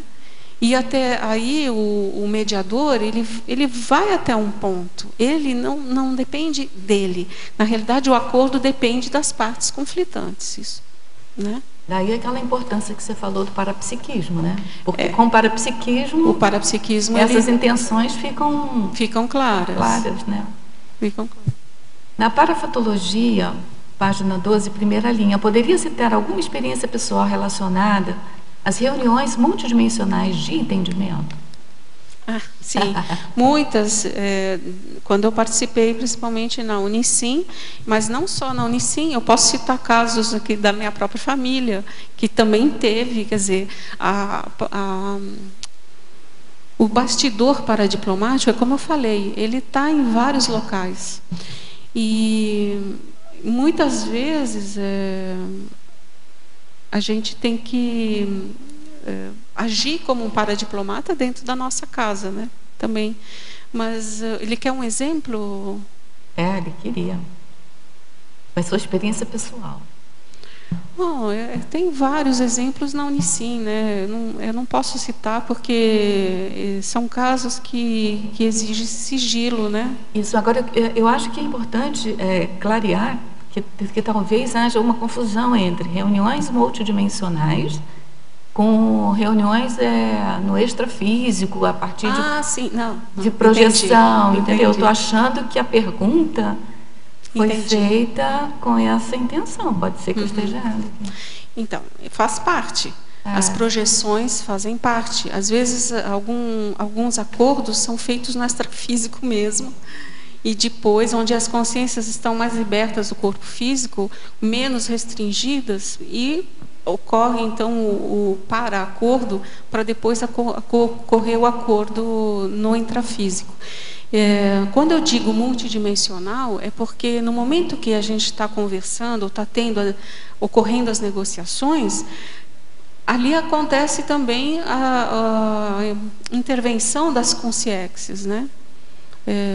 Quando é quando eu falo em conflitos multiexistenciais, é porque as pessoas elas vão se reencontrar, já se reencontraram no passado e estão se reencontrando novamente. Num passado poderia ser algo mais bélico, né? Mais guerrear. Hoje pode ser diferente, mas existe também as guerras das energias, né? Enfim, quando eu falo então em reuniões multidimensionais, é essa questão, que o conflito ele é multidimensional. Existem as consciências que querem o acordo, existem consciências contra os assediadores daquele grupo. Exatamente, como ocorre em qualquer guerra intrafísica no planeta. Ele pergunta ainda o que vem a ser desassédio basal. É quando você acha realmente ali o grosso do assédio, né? O que está acontecendo ali, que está pegando, quais as consciências que estão ali mais firmemente apegadas, né, nas suas crenças, não estão abertas ali à negociação. E o princípio do lex posterior derogat priori? Assim. Derrogat.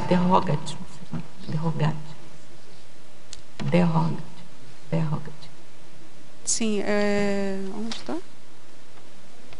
É lá na Principiologia, sim. Página 12. As leis, é o princípio que das leis posteriores, elas acabam com as anteriores, né? Na realidade, o que vale é a última lei. No caso do acordo, quer dizer, tudo tem que ser trabalhado até aquele momento, né? Se ocorreram outros acordos, eles têm que compor no acordo final, eles têm que estar presentes ali de alguma maneira, né? É como a lei posterior vai agir nas anteriores. Já que eu queria puxar um pouquinho para a serexologia, você comentou, fez um parágrafo, e comentou no início também que seu interesse nesse assunto é de 2001, mais ou menos. E a gente, na serexologia, a gente dá muito valor para esses interesses, né, que a pessoa tem de assuntos, ela começa a estudar, aquilo começa a frutificar. Então, eu queria que você fizesse um cotejo, pegando bem o seu caso, assim, o que você tem de hipótese, por que você acha que você se envolveu com isso, como que você faz esse cotejo para a diplomacia e serexologia para expandir, por favor? Bom, tem muito a ver com aquela de reparo ao dano, né? De alguma maneira, no passado mais remoto, eu penso que eu realmente trabalhei a favor da guerra, né? Eu vejo que assim a gente vai na evolução, vai procurando um caminho que seja de reparo, né? E eu acho que realmente devo ter feito isso, né? Devo ter começado lá atrás com guerras, com as conquistas, com as dominações. Eu estou, inclusive, preparando um novo verbete com relação ao grupo karma familiar. Tem muito a ver com conquistas, com dominações, todas essas invasões, né? Então, provavelmente, estou procurando ali um reparo aos danos também. Mas também, há pouco tempo, também eu estudo uma personalidade que também já estava mais ou menos assim nesse caminho, também procurando. Então, eu não, como hipótese, né, se eu realmente estou fazendo esse caminho, é um caminho inverso, né, da guerra, né? Eu acho bacana, como você comentou, na sua família tem pessoas que moram em diferentes países e têm até diferentes nacionalidades, né? Sim. Então a paradiplomacia parece que realmente já está no grupo Karma. Isso também a gente usa como pesquisa na serexologia, né? Para olhar a família e os interesses. Então eu achei bem sincrônico isso aí.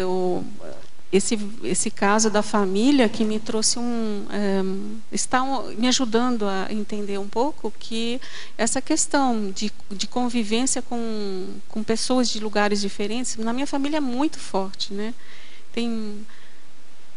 Existem mais de 13 nacionalidades no grupo karma familiar, no nuclear, para vocês terem uma ideia.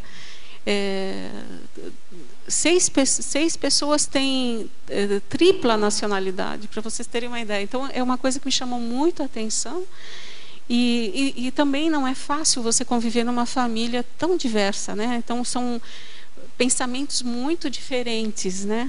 E você tentar entender o outro, como que o outro, qual foi a educação, qual é a cultura, né? É por aí. Dois teletertulianos, um homem e uma mulher, te perguntam sobre a tecnologia da página 12, primeira linha. Gostaria que explicasse a técnica do losango. Ah, sim. A técnica do losango é uma técnica de mediação proposta pela Corina Schabel, se não me engano. Ela propõe, então, um losango onde ela coloca a questão, a divergência, o esclarecimento e o aprofundamento a partir de expansão daquelas ideias daquele grupo, ordenação, agrupamento do que está se requerendo, depois o questionamento, as perguntas, né? Depois a estruturação, as perguntas aos pontos obscuros, já caminhando para uma solução e chegando ao acordo. A questão do questionamento é que tem maior peso para elucidar. Eu vou dar um exemplo aqui, até coloquei aqui, que existem perguntas de investigação, que é onde se pergunta quem, onde, como e porquê. Perguntas circulares, onde vai se perceber a dinâmica daquele grupo, quer dizer, quem mais concorda com essa pessoa, quem discorda. Perguntas estratégicas e provocativas que o mediador pode fazer, no sentido de mobilizar o sistema, no sentido de fazer com que aquele grupo se manifeste, e perguntas reflexivas, que fazem parte sempre, chamar o grupo à reflexão. E podendo até colocar assim, algumas ideias, supondo que tal situação ocorra, o que vocês pensam a respeito disso, leva sempre a uma reflexão do grupo. Então, essas são técnicas de mediação e de fazer um diagnóstico do conflito, saber o que está acontecendo ali, né? Exatamente. Porque isso não fica claro, muitas vezes, à primeira vista, né? Então, você podia comentar sobre o antagonismo maquinação glasnost nos trabalhos da paradiplomacia? Onde que está aqui? Tem um antagonismo na página 13, né? Segunda linha. Maquinação glasnost. Isso. E aí fazia o cotejo aí com os trabalhos da paradiplomacia. Então, esse antagonismo, essa maquinação, essa ruminação cerebral que acontece no grupo e não vem à tona. A glasnost é todo mundo se colocar, se sentir confortável para colocar as coisas, né? Para colocar o que pensa. Para que isso ocorra, tem que existir um clima de confiabilidade no mediador, para que isso surja.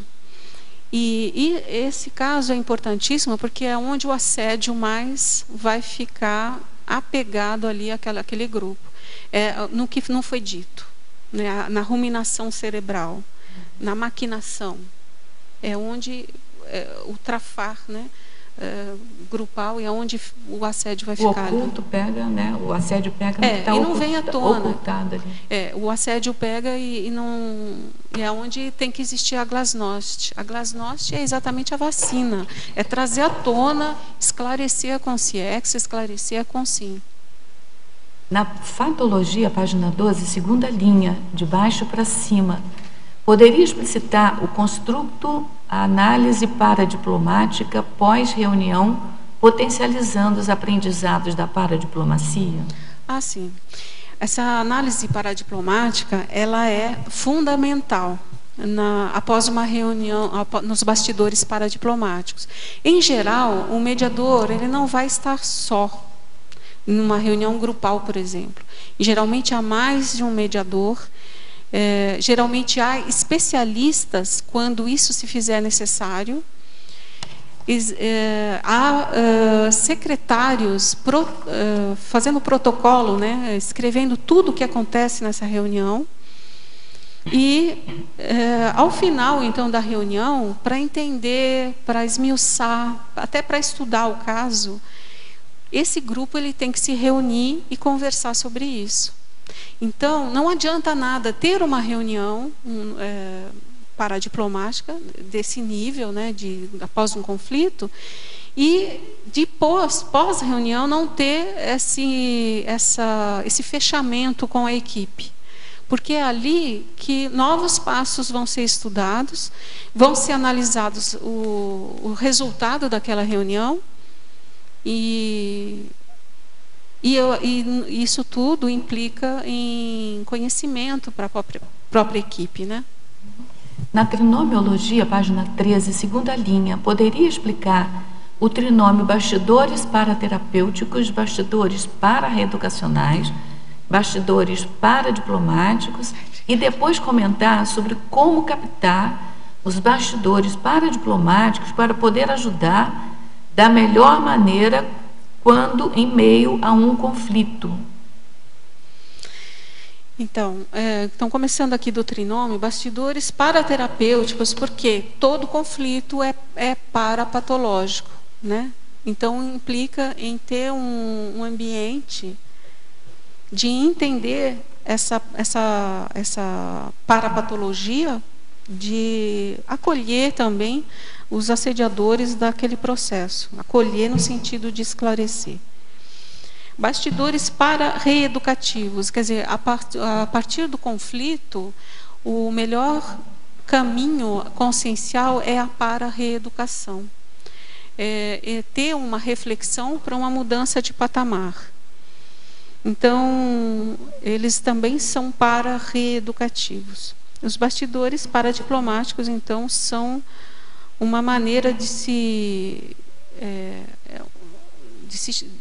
quando se estabelece essa questão e se consegue enxergar a patologia, consegue-se caminhos de reeducação e consegue-se, então, no final, um acordo, né? Um novo patamar grupal ou pessoal. E a outra pergunta, ele falou de como utilizar os bastidores? Isso. Depois comentar como captar os bastidores paradiplomáticos para poder ajudar da melhor maneira quando em meio a um conflito. Como é que você pode captar esses bastidores para você ajudar mais? Bom, a primeira coisa é estudar o conflito. Então, pegar um papel, uma caneta e colocar o que você percebe dos grupos ou das pessoas. Escrever, identificar o que as pessoas estão querendo, o que cada uma quer. Por que está ocorrendo aquele conflito? Qual a base? Colocar no papel mesmo, estudar. E procurar, a partir daí, depois que você consegue fazer esse diagnóstico, chegar ou propor soluções. Soluções que vão ser, lógico, um meio caminho andado entre cada grupo. Isso quer dizer que cada grupo, cada pessoa, tem que fazer concessões. E eu acho difícil um acordo sem concessões. Existe sempre alguma coisa que você tem que abrir mão, né? Porque se você tem um objetivo, você tem que entender que você tem que abrir mão, às vezes, de algo, às vezes até de automimeses aí, que você já está fazendo há muito tempo, ou que o grupo esteja fazendo há muito tempo. Então, para você conseguir aproveitar melhor, a primeira coisa é escrever tudo que você percebe do conflito. Escrever também as parapercepções, escrever, enfim, o que cada pessoa quer, as falas. E sempre, se você estiver numa posição de mediação, perceber que quando existe uma fala e quando o mediador se coloca, ele tem sempre que falar pelo menos 2 vezes, esclarecer. Não, vocês entenderam? É isso que eu estou falando. Por causa daquela questão de conceitos, né, de comunicação. Isso é a dissonância cognitiva, né, que as pessoas têm. Exatamente. Não sei se eu consegui responder o que ele disse. Já que eu queria saber, na tua opinião, quais são os motivos pelos quais a pessoa tem dificuldades, por exemplo, de expressar aquilo que está pensando. Ou seja, está tendo um conflito na cabeça, está tendo um determinado local, mas a pessoa não consegue expor esse conflito. O que você acha que acontece?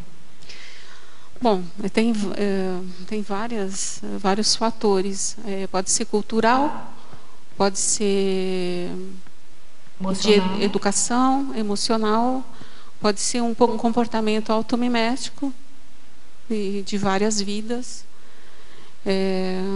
Pode ser que a pessoa não se sinta confiante em falar. Pode ser que a pessoa tenha perdido a cabeça, né? Literalmente, várias vezes, quando ela se posicionou, pode ser isso também.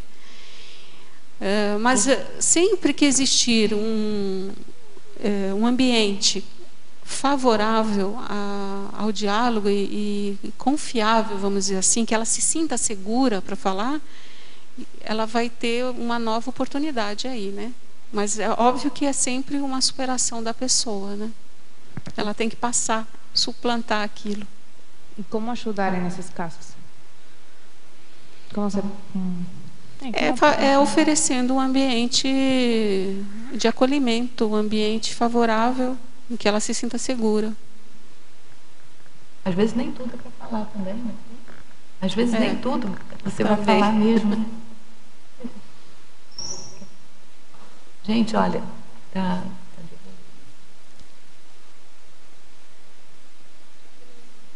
Na primeira página, na fatologia, da penúltima linha no início, o posicionamento é antípoda. Você poderia... Onde aqui? Da primeira linha, na fatologia,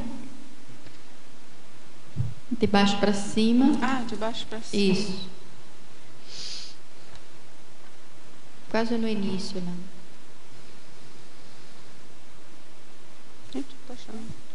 Qual que é a sessão? Na primeira página, na fatologia, embaixo. Veja lá, embaixo. Desculpa. Segunda linha, quase no início. Achou? Sim, o segundo item aí, o posicionamento antípoda. O antipódico. Posicionamento antípoda. Ou antipódico também.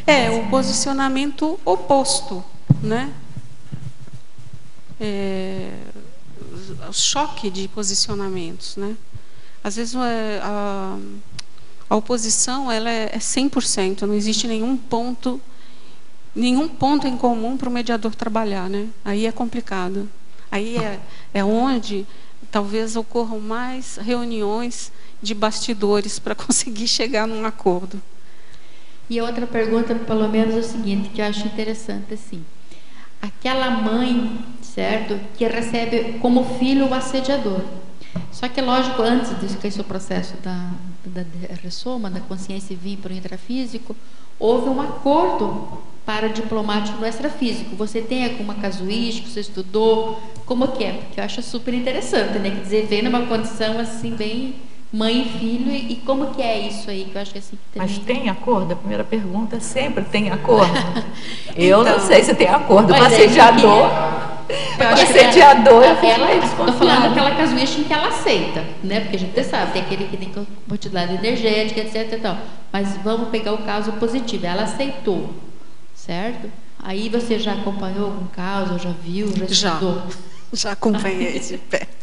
Mas olha, isso aí é uma das coisas que talvez mais aconteçam, né? Quer dizer, a questão de você dar a vida para um assediador, e às vezes é aquela coisa tão séria do passado, e às vezes é o melhor modo mesmo que a pessoa vai desenvolver algum amor, né, um pelo outro ali, talvez chegar, né, e é um caso extremo. Nem todos os casos de maternidade são desse jeito, mas é algo que a gente precisa disso ainda, né?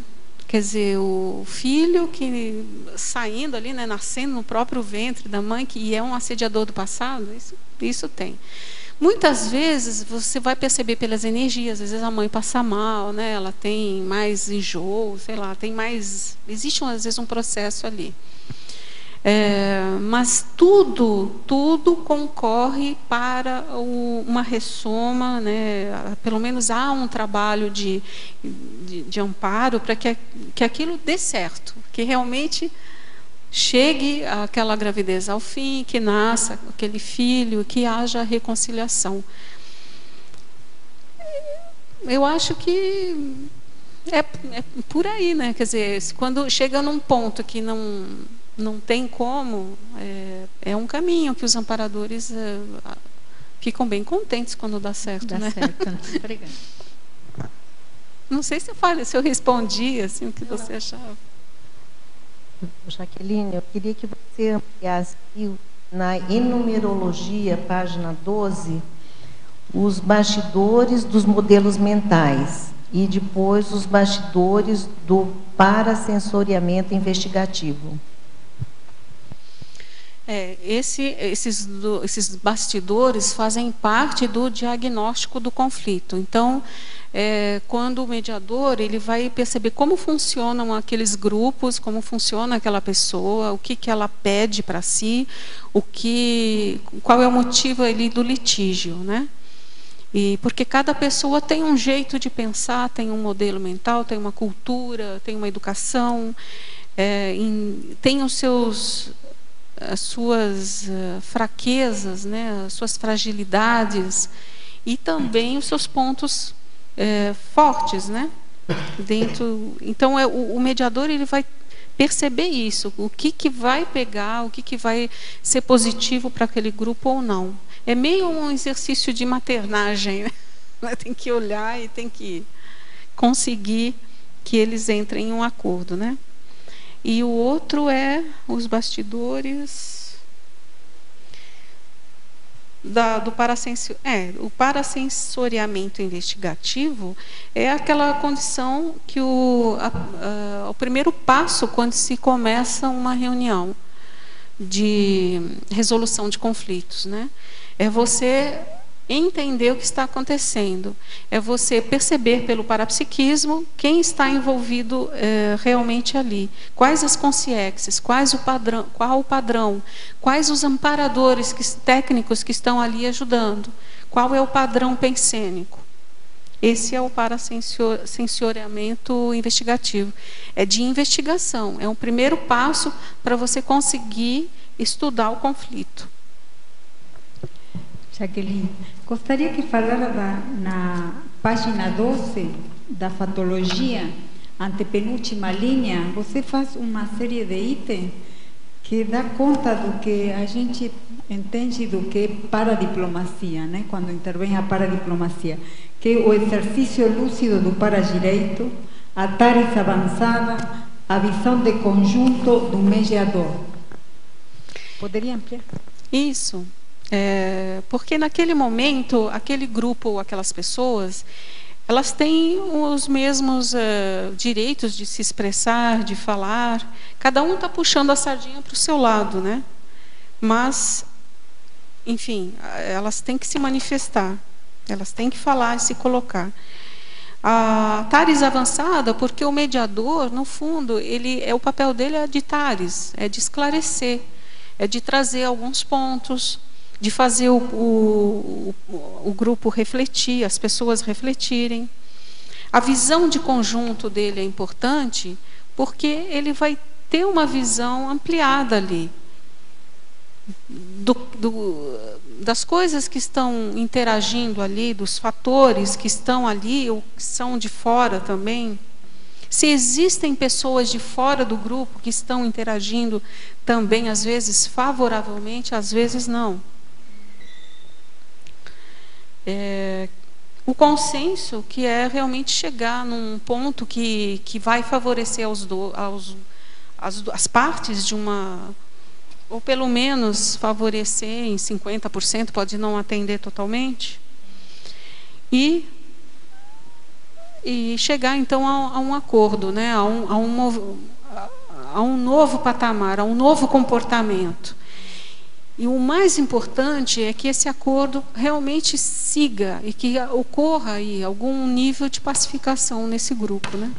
Eu me lembrava, quando se falava tanto com respeito à paradiplomacia, que tem um verbete de Malu Valona, se eu não me engano, é o princípio do acordo opositor, que também está falando bem, acordo, né?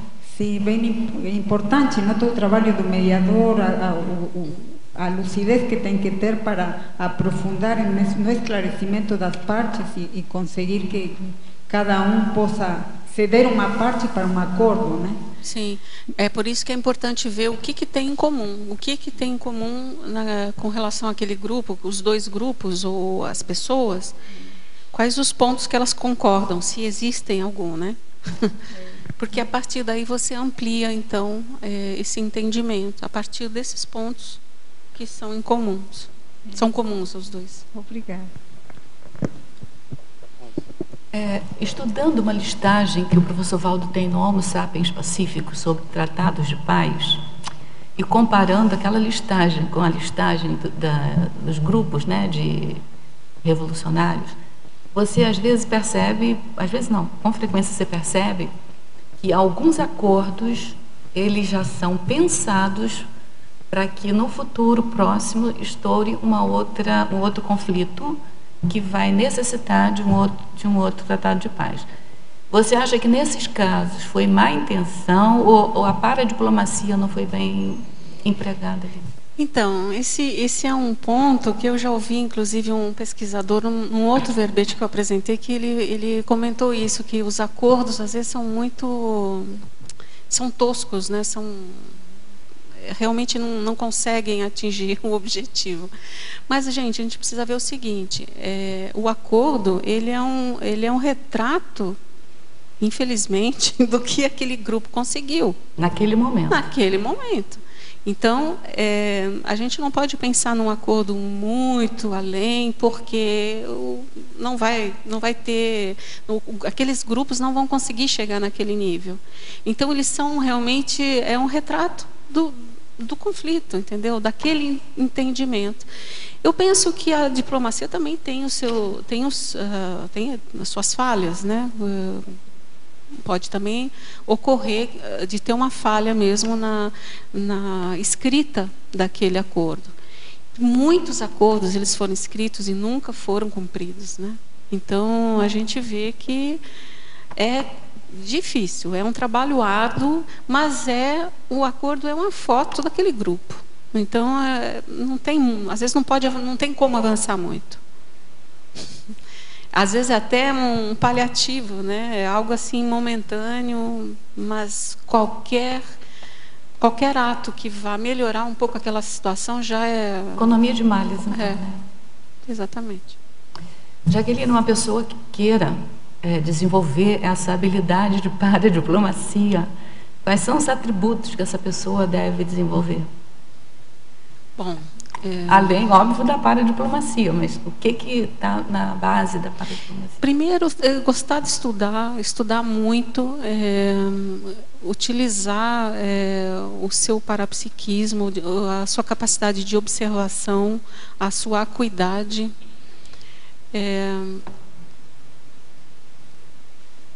o seu acolhimento, a sua empatia, o seu nível de preconceito, procurar baixar ao máximo, porque nós todos temos um pouco de preconceito, né? Eu vejo que isso dificulta muito o julgamento, né? Pré-julgamento. E estar aberto a aprender, trabalhar muitas energias, ter uma visão positiva da conciliação, da paz, enfim, às vezes pode parecer uma coisa meio de contos de fadas, né? Mas a capacidade que nós todos temos de reciclar esses traços beligerantes realmente ter isso, dar importância a isso e, enfim, estudar bastante.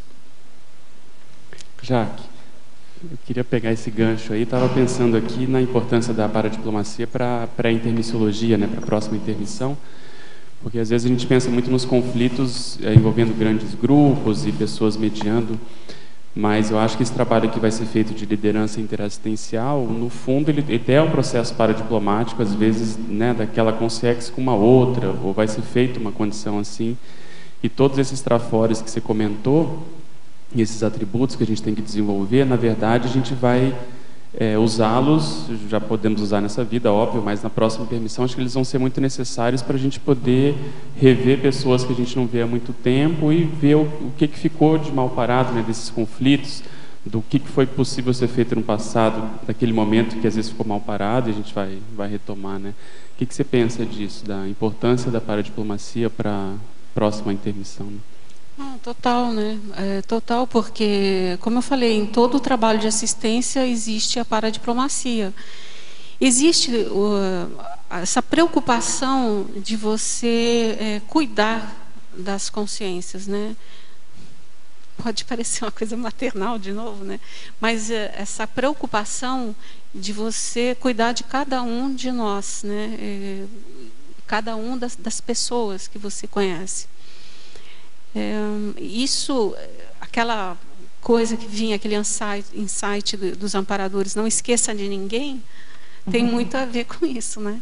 Mas eu acho assim fundamental, eu acho que vai ser o nosso trabalho daqui para frente, eu acho que a paradiplomacia pode ser exercida por qualquer pessoa, é preciso desenvolver a paciência, o acolhimento, a empatia.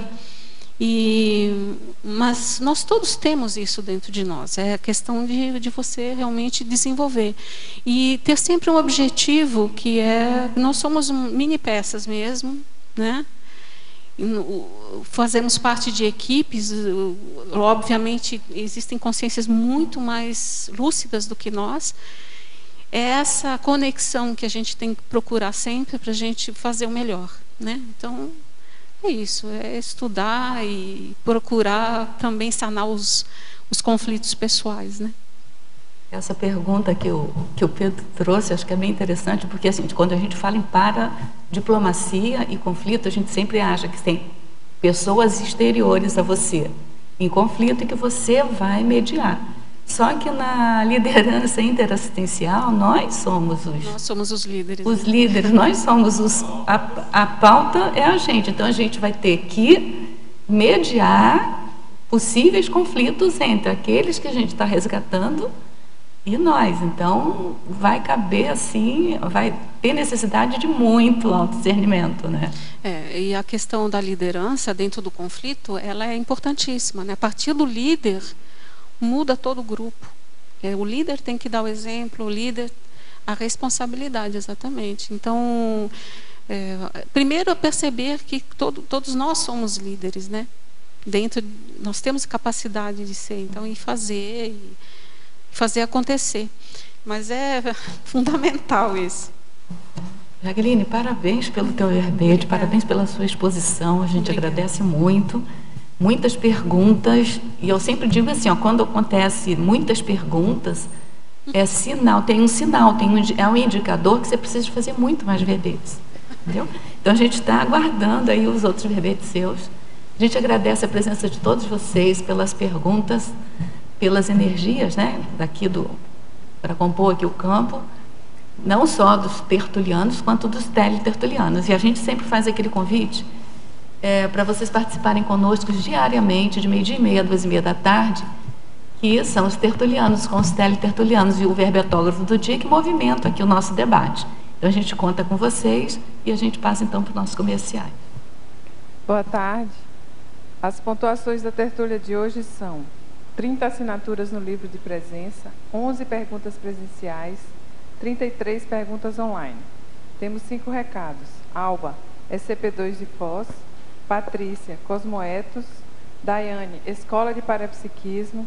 Pedro, Chá Inglês Retrocognitivo. Patrícia, Acoplamentário.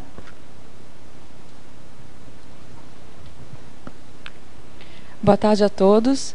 Em nome do IPC, o Instituto Internacional de Projeciologia e Conscienciologia, gostaria de convidar a todos para participar do SCP-2, que vai acontecer aqui em Foz do Iguaçu, no mês de abril. Vai ser no finalzinho do mês, 29 de abril, e o EPICOM vai ser o professor Marcelo Silva. Primeira vez que o professor Marcelo Silva ministra um ECP2, né? Então vale a pena também estar lá para presenciar junto, botar energia junto e aproveitar das energias. E esse curso, ele, além de mexer com o nosso holossoma, ele é também uma forma de ajudar a gente nas metas que nós colocamos no ECP1, que é o pré-requisito do curso.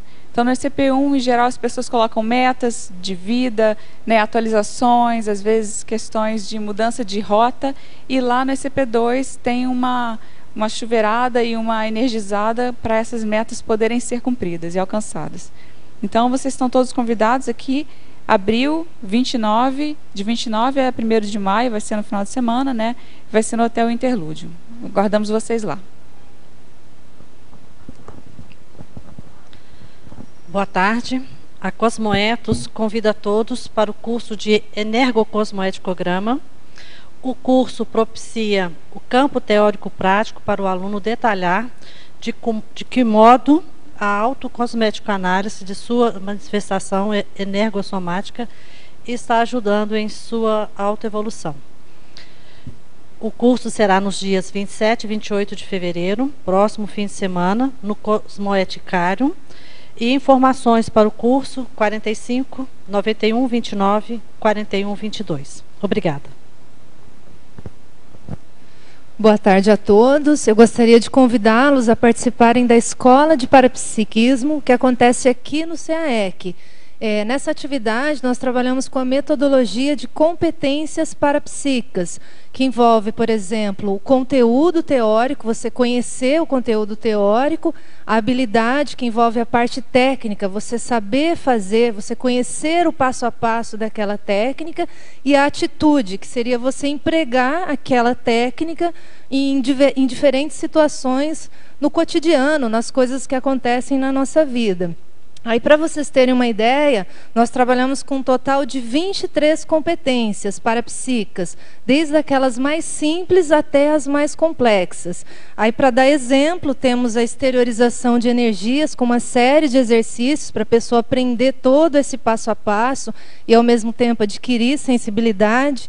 Também absorção de energias, atenção dividida, clarividência e algumas mais avançadas, como, por exemplo, escagem lúcida, o pré-epicentrismo lúcido e a semipossessão benigna. E essas competências parapsíquicas são trabalhadas ao longo de módulos. Cada módulo tem a duração de 5 dias, o curso acontece ao longo de um ano e no total são 3 módulos. Então são 15 dias que a pessoa fica em imersão, realizando atividades práticas energéticas. Então quem tiver interesse, basta entrar em contato aqui com a recepção do CAEC. Muito obrigada. Olá pessoal, meu convite em nome da Consecutivos é para o chá inglês retrocognitivo. Esse vai ser o segundo experimento retrocognitivo que nós vamos fazer em grupo. Vai ocorrer no dia 21 de abril aqui no Hotel Mabu Interludium. Nesse evento nós vamos propiciar uma condição favorecedora das retrocognições a partir de alguns elementos. Então as pessoas vão com trajes de época, nós vamos mudar o cenário e nós vamos fazer uma dinâmica parapsíquica baseada na clarividência com o objetivo das pessoas terem o fenômeno da retrocognição. Então nós achamos que a partir de uma evocação grupal de um holopensene específico, que no caso vai ser a Inglaterra do século XIX, a era vitoriana, nós vamos com isso propiciar esses fenômenos de retrocognição. Nós queremos lembrar também que o professor Valdo, a última retrocognição que ele teve foi justamente uma retrocognição extrafísica, no qual ele, na condição de Zéfiro, fez uma aparição envolvendo justamente esse holopensene da Cornualha, ou seja, da Inglaterra do século XIX. É justamente essa condição que nós vamos evocar. Nós estamos divulgando, porque no primeiro experimento retrocognitivo, muitas pessoas não puderam participar, ficaram de fora, porque perderam essa chance.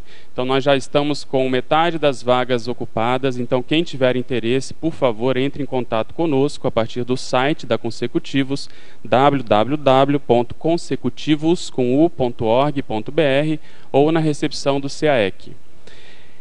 Outra informação importante é que esse evento ocorrerá no dia 21 de abril, é um feriado, e ele vai abrir a 4ª semana de pesquisas serexológicas, e no dia seguinte nós vamos começar o Fórum de Personalidade Consecutiva, fazendo análise de um caso real, no qual nós vamos estudar a personalidade atual da professora Thelma Crespo, que é uma consciencioterapeuta da OIC, como tendo sido a escritora do século XIX, escritora inglesa, Marie Corelli. Então não percam, 21 de abril, aqui em Foz do Iguaçu. Muito obrigado.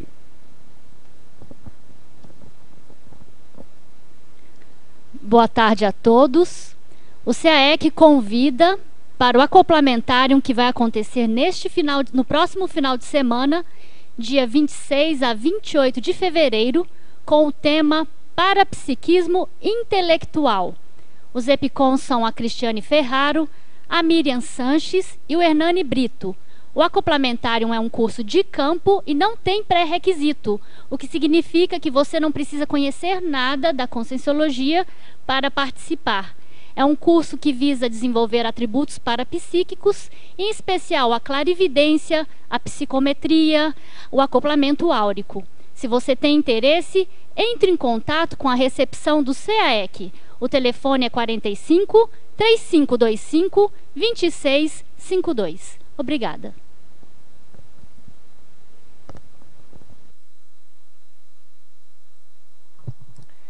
Para amanhã teremos o verbete binômio excesso-omissão, na especialidade trafarologia, da verbetógrafa Maria Cristina Nievas. Boa tarde.